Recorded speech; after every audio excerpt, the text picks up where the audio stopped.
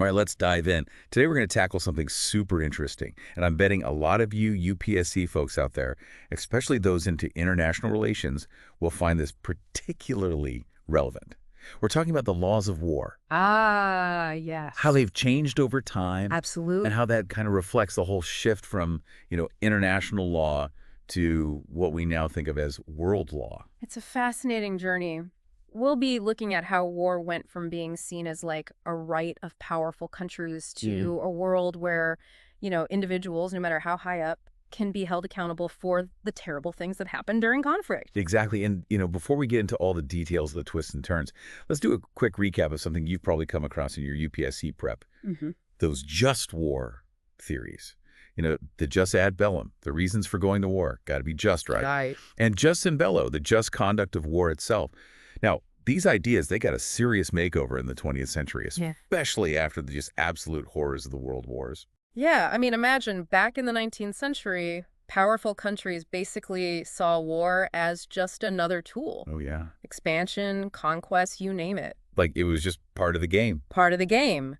European colonialism, the Axis powers in World War II, it was all operating under that idea that, well, might makes right. Kind of wild to think about how much things have changed, right? And it is. So what happened? What shifted the world away from this might makes right view of things? Well, those world wars, they were devastating. Absolutely. A real wake-up call. And the UN Charter, which came into being in 1945, basically said, okay, enough is enough. War can't just be this free-for-all anymore. Right. Some rules need to be in place. Exactly. It put some serious limits on when a country could actually go to war, basically self-defense, or if the UN Security Council gives the okay. Okay, so that UN charter, it was trying to pump the brakes on starting wars in the first place.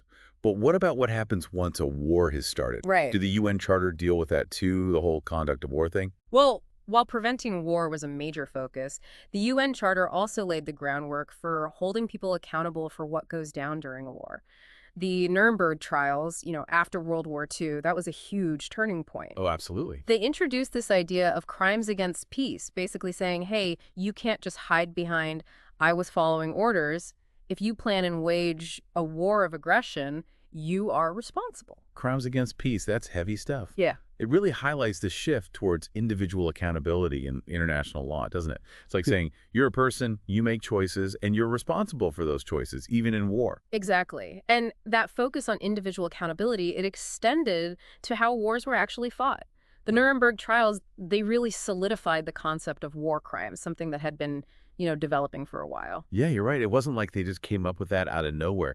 I'm thinking about it. Weren't the Hague peace conferences back in the late 19th, early 20th century, like some of the first attempts to put some rules around warfare? You got it.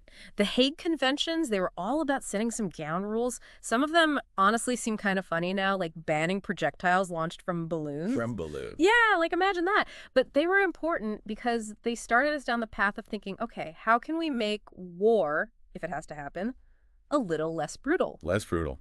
It's almost an oxymoron, isn't it? But I get what you mean. Hmm. So how did we go from banning balloon bombs to the Geneva Conventions, which seemed like a whole other level? Well, think of the Hague Conventions as like the first draft. Okay. The Geneva Conventions, which came about in 1949 and have been added to since, they're the real deal. They're the cornerstone of what we call international humanitarian law. And they're very clear about what makes something a war crime. Willful killing, torture, unlawfully deporting civilians, things like that. So Geneva Conventions, all about protecting people who are caught in the middle of war. It makes sense. But then there's this other term, crimes against humanity, which sounds even more serious, to be honest. What's the difference between that and a war crime? That is a really important distinction, especially for anyone prepping for the UPSC. War crimes, those are violations of the laws of war. Often they happen during an armed conflict, right? Right. But crimes against humanity, they don't need a war to be happening. It's about these widespread or systematic attacks specifically targeting civilians. Wartime, peacetime, it doesn't matter. So if you're studying for the UPSC, that's a key difference to keep in mind. War crimes, crimes against humanity, two different things. Hmm. And the Rome Statute of the International Criminal Court, the ICC, that's a good place to really dig into the specifics on those. But let's zoom out a bit. How did we go from, prosecuting individuals for war crimes after World War II to actually having a whole international court dedicated to these issues? Well, the road to the ICC, it wasn't exactly smooth sailing. After Nuremberg and the Tokyo trials, the Cold War kind of put a freeze on things. With the Wow. superpowers at odds, there wasn't much appetite for creating new international courts. Yeah, the Cold War, always throwing a Yeah. wrench in the works. So what was happening during those Cold War years? Were war criminals just, like, getting away with it? It wasn't a complete free pass. Even though there weren't any international tribunals, national courts were still trying to deliver justice in some cases. Okay. Like the My Lai massacre trial in the US, that's one example. Right, so justice was still being pursued, but it was more on a country-by-country basis. Sounds like things started changing again once the Cold War ended. Exactly. The fall of the Berlin Wall in '89, that kicked off a new era of, countries working together. And there was this renewed push for holding people accountable. We saw these ad hoc tribunals pop up, like the one for the former Yugoslavia, the ICTY, and the one for Rwanda, the ICTR. Those tribunals, they were specifically set up to deal with, the atrocities that happened in those specific places, right? Yeah. Like the world was saying, okay, we need to deal with these situations before we can even think about having a permanent international court. That's a good way to put it. And those tribunals were important. Oh, for sure. Take the ICTY, for example. The trial of Slobodan Milosevic, he was the president of Yugoslavia, that was a landmark case. It was the first time a head of state was held accountable for war crimes and crimes against humanity by an international court. Wow. And the ICTY was also the first international court to use the Genocide Convention. That was a big moment for international law. A lot of firsts there. So the ICTY, it set some major precedents, paved the way for. The International Criminal Court. The ICC came into being in 2002, and its role: to be the court of last resort, to go after individuals who commit genocide, crimes against humanity, war crimes, and the crime of aggression. Now, it's important to remember the ICC is separate from the UN, even though it's also in The Hague, just like the International Court of Justice. Wait, so the ICC is its own thing, not part of the UN, but it still has some kind of relationship with the UN Security Council, right? Oh, yeah, it does. Because the Security Council can refer cases to the ICC, right? It can, and that relationship, well, let's just say it's complicated. Complicated how? Well, the ICC is supposed to be independent, Right. but the Security Council can refer cases to it, which can be pretty controversial, especially when you consider that whole veto power dynamic. Oh, the veto power. Always seems to complicate things on the global stage. Right. So the ICC, it's up and running, but it's not without its challenges, especially when it comes to those powerful nations that have that veto power. And then, of course, there are some major players who aren't even members of the ICC in the first place. You hit the nail on the head. The fact that countries like the US, China, India, Russia, they're not members, it raises some serious questions about how legitimate and effective the court can really be. It leads to accusations of the court being selective or biased towards the West. Yeah, I could see how that would be a problem. It also makes you wonder, what does this mean for the future of international justice? Is the ICC going to end up being, all bark and no bite? Or can it overcome these limitations and actually be a force for accountability in the world? That's the million-dollar question. There are people on both sides of that debate. On one hand, the ICC has made some real progress. It's issued arrest warrants, it's held trials, it's even secured convictions. That's something, at least. It is. But on the other hand, its limitations are very real. It can only do so much if countries don't cooperate. Plus, there's always political pressure coming from powerful actors. It's like this constant push and pull, isn't it, between this ideal of universal justice and the realities of how power works in the world. So for our listeners who are getting ready for the UPSC, what are the key takeaways they should be thinking about from all of this? Well, I think the big one is the ICC is a work in progress. It's this bold attempt to create a truly global system of justice, but it's definitely facing some serious challenges. The UPSC folks, they might be asked to analyze the ICC, its strengths and weaknesses, its impact on international relations, its relationship with key states like the US, stuff like that. That's really helpful for those gearing up for the UPSC. Knowing how the examiners think can make a big difference in how you study. But beyond the exam, I think this is knowledge that's important for anyone who wants to understand how the world works, how we're trying to deal with these really tough issues. I couldn't agree more. The ICC and the whole evolution of the laws of war, it's a testament to how much we as humans want justice and accountability.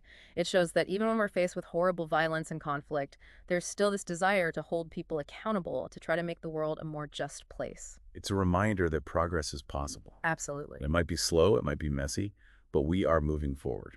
And speaking of moving forward, we've covered a lot of ground in this deep dive, We have. from just war theory to the challenges facing the ICC today. But before we wrap things up, I have one final thought-provoking question for our listeners, something to really chew on. Ooh, I like where this is going. Hit us with it. Okay, here it is.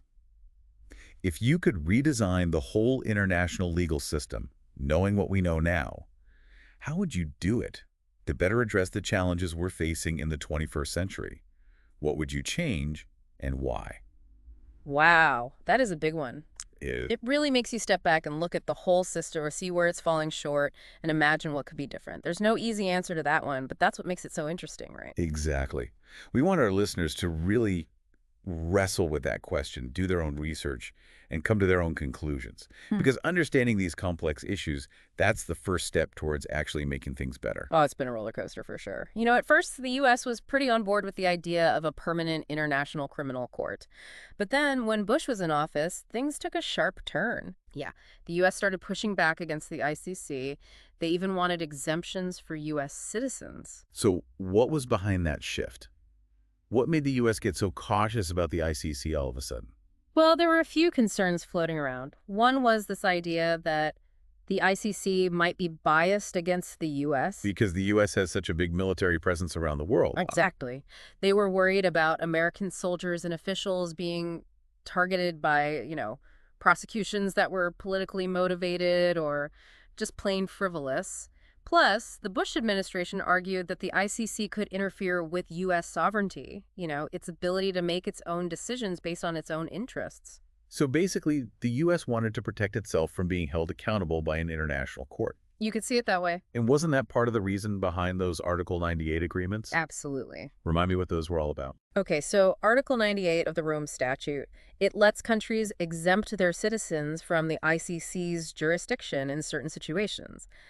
The Bush administration really pushed for these agreements with other countries, basically saying, look, if you want our military support, you can't hand over our people to the ICC. Those agreements were super controversial. A lot of people argued they were undermining the whole idea of international justice applying to everyone. Yeah, it sounds like the U.S. was really flexing its muscles, trying to keep the ICC at arm's length. Yeah, they were definitely trying to shield themselves. So did that approach continue when Obama came into office? Things changed a bit with Obama. How so? His administration was a little more, open to working with the ICC, but they weren't totally on board either. The U.S. still had concerns about the ICC's reach and the potential for bias. It sounds like the U.S. relationship with the ICC has been this constant dance, back and forth between supporting international justice in theory and protecting its own interests. That's a pretty good way to put it. So where do things stand today? Well, as of right now, the U.S. is still not a member of the ICC. The Biden administration has said they're open to cooperating with the court on specific cases, but actually joining the ICC. That doesn't seem likely anytime soon. It's just a really complicated and sensitive issue. Yeah, it really highlights this broader challenge for the ICC, right? Yeah. If these major powers, the U.S., China, India, Russia, if they're not part of the system, how effective can it really be? Exactly. When you have these key players sitting on the sidelines, it definitely weakens the court's authority and its reach. It makes it easier for people to say, oh, the ICC is just picking on certain countries or that it's biased towards the West. And it kind of circles back to that big question, doesn't it? The future of international justice. Is the ICC doomed to be, this symbol of good intentions, but not much real power? Or can it figure out a way to get past these hurdles and actually become a force to be reckoned with when it comes to holding people accountable? It's the question that everyone's grappling with. On the one hand, the ICC has accomplished some pretty significant things. It's issued arrest warrants, it's run trials, it's even gotten convictions. Yeah, that's got to count for something, right? Oh, absolutely. It shows they're not just talking the talk, but then again, the limitations are real. They need countries to work with them, and there's always going to be political pressure from those who have a lot of power. It's almost like watching a game of tug of war between the ideal of justice for everyone and the way power really works in the world. It's fascinating, but kind of disheartening too, to be honest. I get that. So with all that in mind, for folks listening who are studying for the UPSC, what are the key takeaways from all of this? What do they need to really understand? I think the main takeaway is that the ICC is very much a work in progress. It's an ambitious effort to create a truly global justice system, but it's hitting some major roadblocks along the way. For the UPSC, you guys might be asked about the ICC's strengths and weaknesses, how it affects relationships between countries, how it interacts with big players like the US. So really diving into those complexities. Exactly. The nuances are important. That's great advice for those gearing up for the UPSC. And even beyond the exam, I think this stuff is relevant for anyone who wants to understand how the world works, how we're trying to tackle these really tough, complex issues. Couldn't agree more. The ICC and how the laws of war have changed over time, it really reflects this deep human need for justice and accountability. It shows that even in the face of horrific things, violence, conflict, there's still this drive to say, no, we need to hold people responsible. We need to try to build a more just world. It's kind of inspiring in a way. It is. The reminder that progress is possible, even when it's slow and messy. Speaking of progress, we've covered a lot of ground in this deep dive, from just war theory all the way to the challenges the ICC is dealing with today.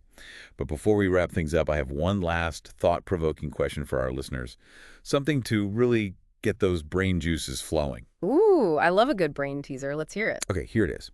If you had the power, if you could redesign the entire international legal system, knowing what we know now about the world, how would you do it? How would you make it better equipped to deal with the challenges of the 21st century? What would you change and why? That is a question that could launch 1,000 think pieces. Right. It's a big one. It really makes you think critically about the whole system, see where it's coming up short, and imagine new possibilities. There's no one right answer, but that's what makes it so engaging, right?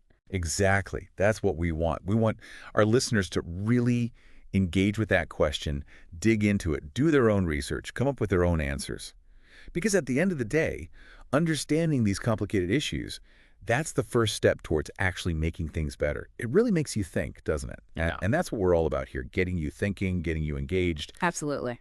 So we've explored a lot in this deep dive, everything from just war theory to, the modern-day ICC and all the hurdles it's facing. Yeah. Hopefully this has given everyone a good foundation, a solid understanding of how the laws of war have evolved and all the complexities of international justice. And it's not just for the UPSC folks out there. Oh, absolutely not. It's for everyone. It's relevant for all of us, right? Yeah. If you want to make sense of the world, if you want to contribute to a more peaceful future, this stuff matters. It really does. And hey, who knows? Maybe someone listening to this right now will be inspired to go into international law or diplomacy. That would be amazing. You could be the ones shaping the future of international justice.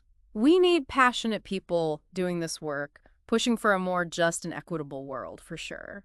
So to all our listeners, whether you're studying for the UPSC or just curious about the world, keep learning, keep asking questions, and keep pushing for a better future. Couldn't have said it better myself. And hey, don't forget to like and subscribe to our channel for more deep dives into all sorts of fascinating and important topics. We'll see you next time.